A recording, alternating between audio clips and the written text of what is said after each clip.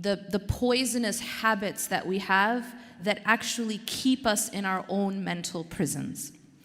What I mean by mental prison is that many of us live lives which are comfortable. For example, we may live free, but internally we are shackled. And many times these shackles are mental and psychological and emotional.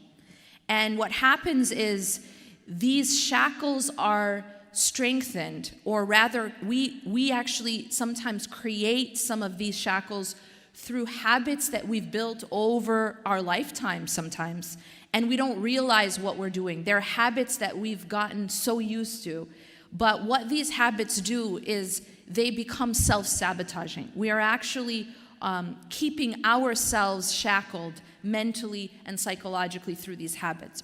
So what I want to do is just go through a few of these habits, a few of these very toxic behaviors, mental behaviors that we have that keep us inside of our own mental prison.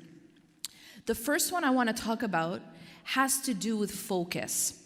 So oftentimes we believe, so I'm going to talk about some myths, and then I'm going to leave you with a few statements. And I want you to take those statements, preferably write them down, and then I want you to reflect on them.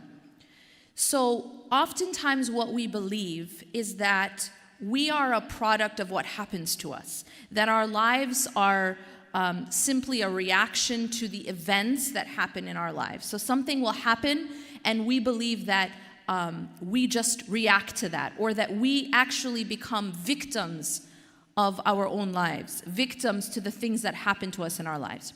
This is actually a myth, because only a very small portion of where we are has to do with what happened to us.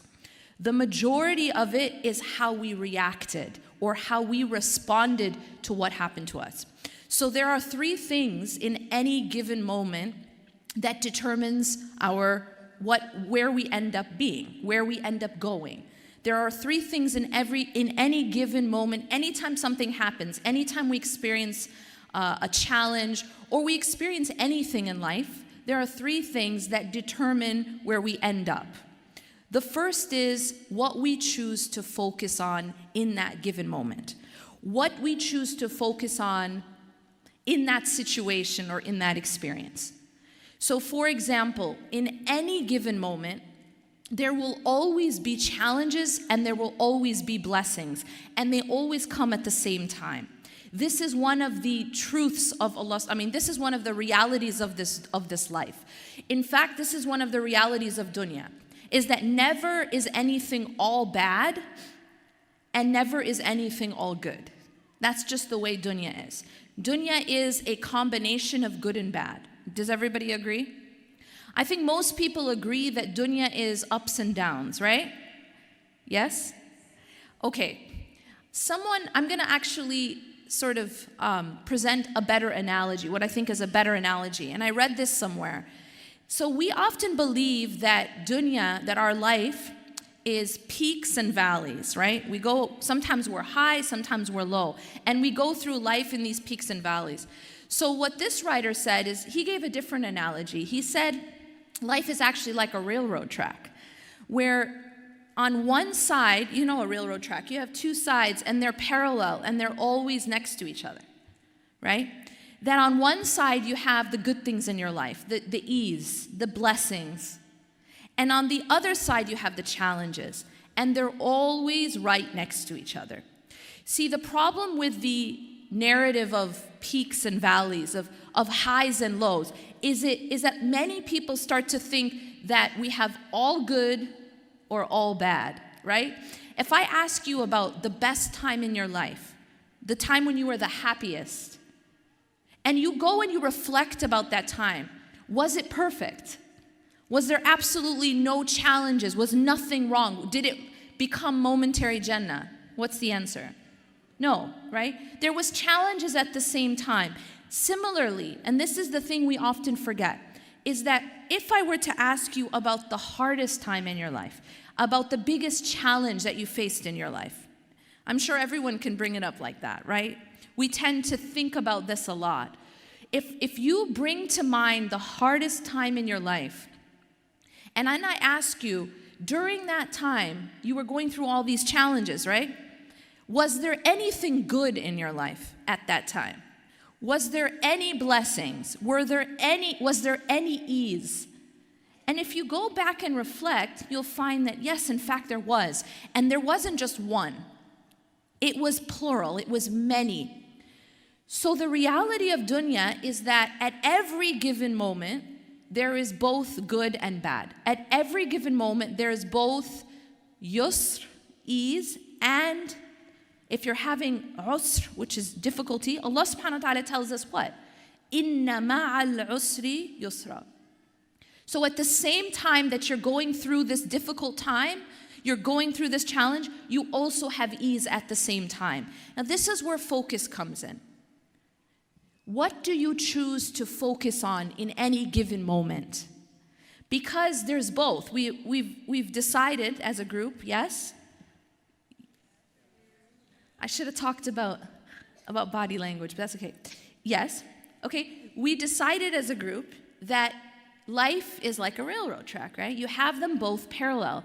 And so if you are in a situation where you're faced with a challenge, you're faced with a difficulty, you're faced with a hardship, at that same time, you're also being given ease and blessings. And so your choice is, which side of the railroad track am I going to focus on? And along with that point is another statement that I want you to take home with you. So these are I'm going to leave you with many statements that are going to be take-home messages for you to reflect on and hopefully remember. The next one is that what you focus on grows.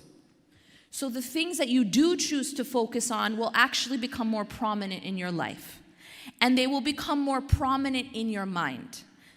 What does that translate to? Here's what it translates to. People who focus on problems will always see problems. People who focus on problems will always see problems. So what happens is, okay, you're a problem solver, right? A problem solver naturally focuses on problems. That's the double-edged sword. And so what happens is you'll focus on a problem and it's all you see. But once that problem has been resolved, what happens next? You find a new problem to focus on and it's all you see. So I don't need to tell you what happens in your life. You're always focused on a problem and it's all you see. And this isn't because your life is all problems. It's because that's what you chose to focus on. And what you focus on grows. And realize that that's a choice you have. That's a mental decision that you're making. Because Allah has given you both. You can't blame Allah. See, we focus on problems, they become so big, they surround us, and then we blame Allah. But Allah gave you both. Allah gave you, yes, you have a challenge, but you have a lot of blessings at the same time, but you're not focusing on them. You don't even see them. And so they become like nothing to you. And instead you're surrounded, and then you become paralyzed by your problems. And that is why? Because you took that one problem, you hyper-focused on it, and it grew. And it became all you see, and therefore it surrounds you, and then you become paralyzed by it. Now, focus. That's the first part. I said that 3 things in any given situation that determine where you end up. The first was focus. The second is, what meaning do you assign to what you just experienced? What meaning do you assign to what you're facing? Does everyone understand what I mean? So something is happening to you, or you just found out some news. You've just experienced something. Now, you have to assign a meaning to that. Here's the thing about meaning. Here's the thing about meaning. 2 people could have the exact same experience and assign a completely different meaning to it. Let me give you just a very simple example, okay? Shots at the doctor. So you go to the doctor to get a shot. Now, when you take an infant to go to the doctor to get a shot, how does the infant react to that? The infant is extremely angry, screams and shouts, and basically hates the doctor, right? To the infant, you have just caused him or her nothing but pain. That's the meaning that this infant assigns to this experience, because the infant can't understand beyond the needle. The infant can't understand beyond the pain, am I right? But when you take an adult to get a shot, and now the adult knows that this shot is actually curing him or her. It's what's saving his or her life. So this person would otherwise die without this medicine. So it's the same exact experience, it's a shot. But look at the difference in meaning that you've assigned between the infant and the adult. So now my question to you is, because now that they have different meanings assigned, how different is their response? To the exact same, what? Experience. To the exact same life event. But their meaning that they've assigned is different, and therefore the response is different. The infant is very angry. And some of us respond in this exact way to our lives. Why me? How could you do this to me? How could this happen to me? Sometimes we direct that anger at Allah. Sometimes we direct that anger at other people. Sometimes we direct that anger at ourselves. But you guys know what I'm saying? And sometimes we become very bitter. That's like that infant who's very bitter about this shot. But it has to do with the meaning that was assigned to what just happened. And here's the thing. The adult had a different meaning assigned to the very same experience. And that is, this shot is actually saving my life. And so the response of the doctor isn't bitterness or anger or resentment. It's actually gratitude. Very different. And it all goes back to how you see, how you understand the things. What lens do you have in seeing your life and understanding your life? And this is the meaning that we assign. Now, how can we start to change our lens of how we see our lives? This is where we have to go back and look at what is the Islamic lens? What is it that Allah and His Messenger teach us to use as a lens? I'm going to give you guys a few answers to that question. The Prophet ﷺ said in a Sahih Hadith, عَجَبٌ لِأَمْرِ الْمُؤْمِنِ أَمْرُهُ كُلُّ خَيْرٍ. The matter of a believer is strange. Everything is good for him or her. The matter of a believer is strange. Everything is good for them. And this is only the case for a believer, by the way. The Prophet ﷺ explains. And he says that if there's something that the believer gets that he or she wants, then the believer responds with gratitude. And so it is good for them. And if the believer gets something that they don't want, he or she responds with patience, and so it is good for them. What does this mean? This means that the lens that a believer should be wearing in understanding their life and seeing their life is that it's all good. Is that it's actually all good. Now that might sound too rose-colored, but it isn't. Because it doesn't mean that a believer will never feel pain. That's not what it means. It doesn't mean a believer will never face hardship, or that a believer will never have to struggle, or that a believer will never have to lose things that they love. No. On the contrary, we know that those prophets who were closest to Allah subhanahu wa ta'ala were tested the most. But what it means is that despite that pain and despite that challenge and despite that struggle, in the end, it's actually good for them. Just like that shot. Remember we said that adult was getting a shot, but it was saving his life. It was actually curing him. And that's how a believer has to view his or her life, is that even the challenges are here to make me stronger. They're here to teach me something. They're actually here to make me better. When you change the way you understand your life, you change the way you respond to your life. And you completely transform. And it all has to do with what you choose to focus on, what meaning you assign. And now once you assign that meaning, Then the third thing that determines where you end up is what you're going to do about it. Now it's action. Because our lives are about, the psychological, the mental, but also the action. It's internal, but it's also external. And so once you determine what you're going to focus on, once you assign meaning to it, then you have to decide what you're going to do. What action are you going to take? And these three things are what actually determine where you end up. It's not what happens to you. It's what you do with it. Does that make sense? It's not what happens to you. It's what you do with it. So I'm going to give you a couple more statements of wisdom that I want you to take home and reflect on. Here's another one. A person doesn't drown by falling into the ocean. A person drowns by staying there. Make sense? So you don't drown just by falling into the sea. You don't drown, but you'll drown if you choose to stay there. And then brings me to the next toxic mistake that we make that keep us imprisoned. And that is that we get stuck. We get stuck. And when I say we get stuck mentally, we get stuck emotionally, and we get stuck physically in negative situations. So one of the ways we do this is in our focus. I mentioned earlier about focusing on problems. Another toxic mistake that we make that keeps us stuck is that we tend to focus on our past.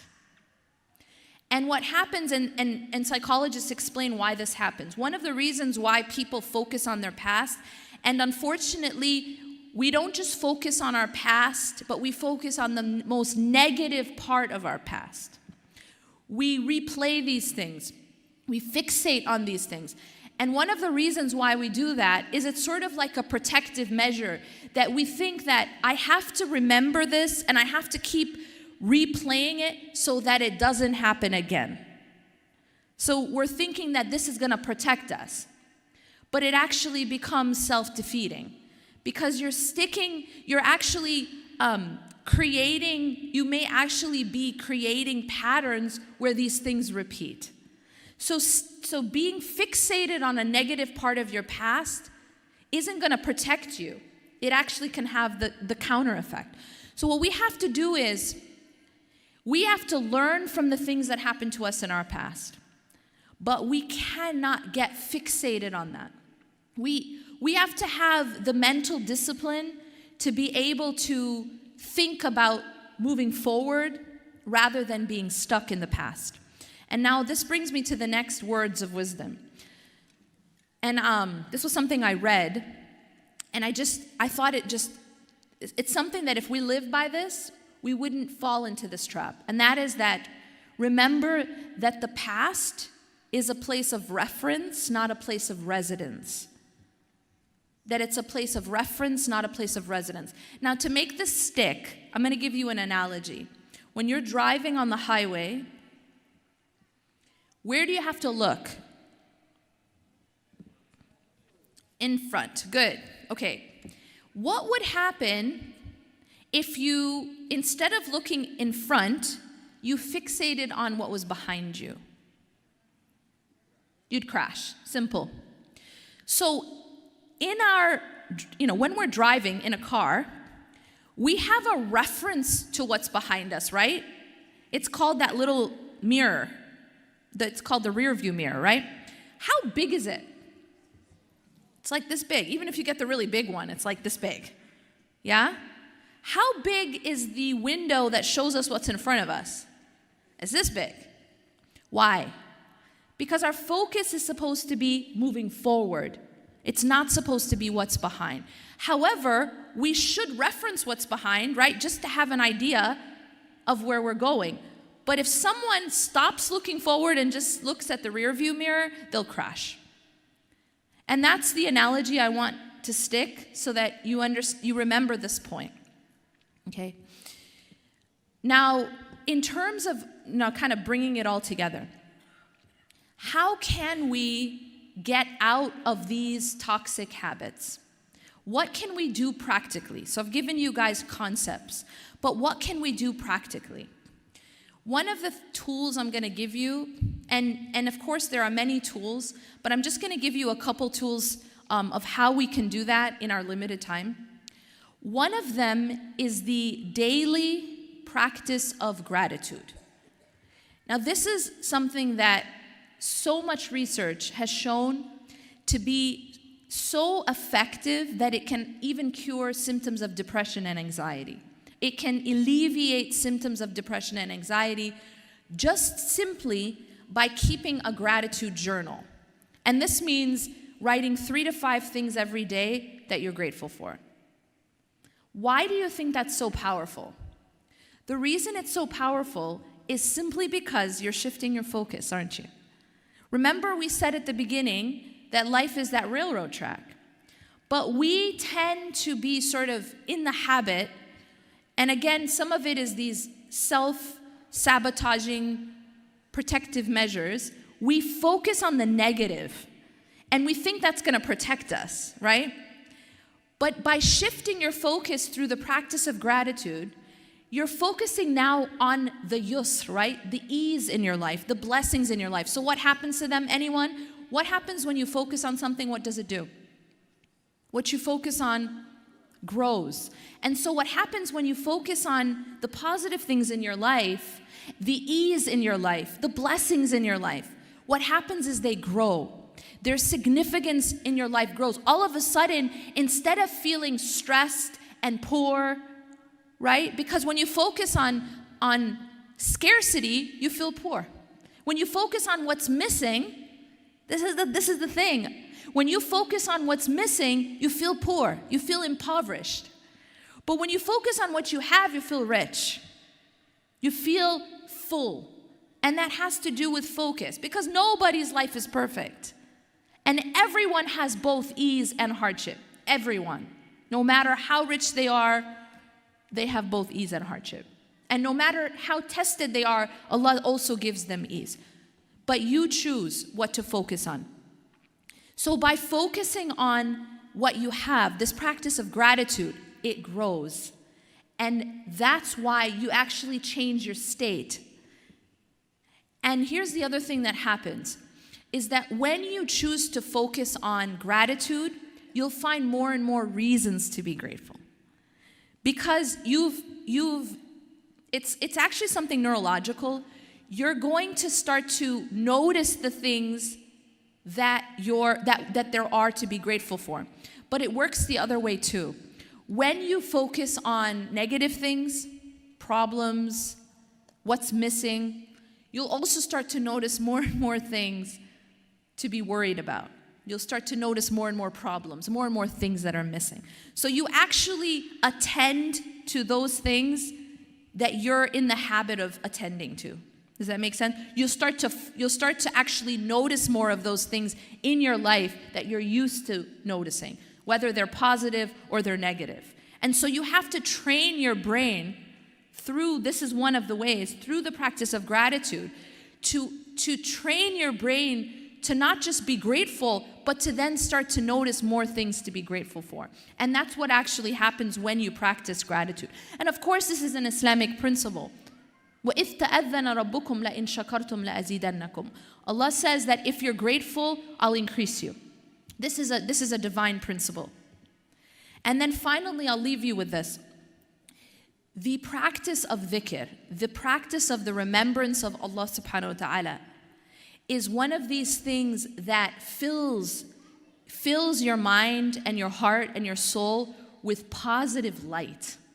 And then what happens is you attract positive light. So you have to actually clean your heart and fill your heart with what's positive, and then you will, as I said, you will start to notice more of that, and you'll actually start to attract more of that. You know, people sense other people's energy, right? People sense what other people are. If someone is very negative, other people are also repelled from them. You know, when you're in a really bad mood, do you notice that people like to be around you?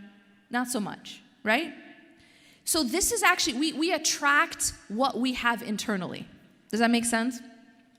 So one of the most powerful ways to be internally healthy and to have light internally is through the remembrance of Allah subhanahu wa ta'ala. And this is something we have to do daily. Okay, I'm going to leave you guys with my dhikr challenge. This is just 3-part prescription of what habits we have to have every single day in terms of our dhikr. And when I say mine, it's not mine. This is the prescription given to us by Allah and His Messenger. I just called it dhikr challenge. The first is our salah. And that's that our salah, our 5 daily fard prayers, are like oxygen. The prayer to the heart is like oxygen to the body. We can't live without that. And there's no way we can be mentally or spiritually or psychologically healthy if we don't have spiritual oxygen. It's really as simple as that. So the salah. And it needs to be on time, because when a doctor gives a prescription, he or she knows what he or she is doing. Allah subhanahu wa ta'ala has given us a prescribed time for Fajr. And it's because He knows what He's doing. You know, if the doctor were to give you medicine and it were keeping you alive, you wouldn't mess with the timing, right? If the doctor said you have to take it once in the morning, once at noon, once at 2 o'clock, once at 5 o'clock, once at 8 o'clock, you're not going to mess with it. You're not going to skip 3 doses. You're not going to, take 5 doses before you sleep, right? That's overdosing, and it's not going to work. You have to take it and take it on time. Why? Because you trust the doctor. Now, we have to remember who has prescribed the salah and who has prescribed the timing for the salah. It's not a doctor. It's the creator of the doctor and the heavens and the earth. You feel me? So putting that into perspective and realizing that Allah knows what He's doing. The second is the adhkar. The adhkar are the supplications, the du'as that the Prophet ﷺ used to say throughout his day. These adhkar are life-changing and life-saving. And if you don't take my word for it. Don't take my word for it. Just do it, and you will see for yourself. The adhkar are, and now there's like technology to help us. Everyone has their phone on them. There are apps that you can download that give you a list of all the adhkar in different acts of life, right? The mundane. There's a dua for everything. You're leaving your house, you're eating, you're starting to drive, you're traveling, you got new clothes, you're afraid, you're anxious. Even before intimacy, there's a dua. There's a dua for everything. So incorporating these duas into your life is one of the most transformative things that we can do. Now, there's a lot of them, but there's certain ones that you sort of can't live without, and you have to have part of your daily routine. The first is the morning supplications. And this one's after Fajr, or as early as you can in the morning. The second are the evening supplications, and that's after Asr or before Maghrib. And the third is the ones before you sleep. Now, there is an app called My Dua. This is usually the one I recommend, MYDUAA. It's Fortress of a Muslim in an app. And this one, and there's many, but this one is one of those that I use and is very, it's really, it helps you to be consistent because you have your phone on you. Lastly, let me just tell you this. One of the traps of shaitan, and this is going to happen to you because it happens, it's like one of his most favorite traps. And that is, he likes to tell us that it's all or none, right? You know how you're like really good with your prayers, or you're really good with your adhkar, or you're doing really well, and then maybe you slip a little bit. So what's he going to do when you slip a little bit? He's going to come and say, you know what, you should just give up completely. You get it? All or none. This is a shaitani trap. Allah is not all or none. Allah will reward us for the smallest deeds. Allah does not expect us to be perfect. So even if you can't do all of the morning supplications, just do some. But the most effective thing you can do is be consistent. And this is also a divine principle, that Allah loves the actions that are Allah loves the actions that are consistent, even if they're small. So consistency is key. And it's not hard to understand this because anyone who's ever worked out knows what I'm talking about, right? You can't say, well, I did 500 sit-ups once and then I didn't do any more and it didn't work. You have to be consistent, even if you do only 50 sit-ups, but you do them consistently. Lastly, the Quran is being connected to the Quran daily, understanding it and trying to apply it. أقول قولي هذا واستغفر الله لي ولكم إنه غفور رحيم. سبحانك اللهم وبحمدك أشهد أن لا إله إلا أنت أستغفرك وأتوب إليك.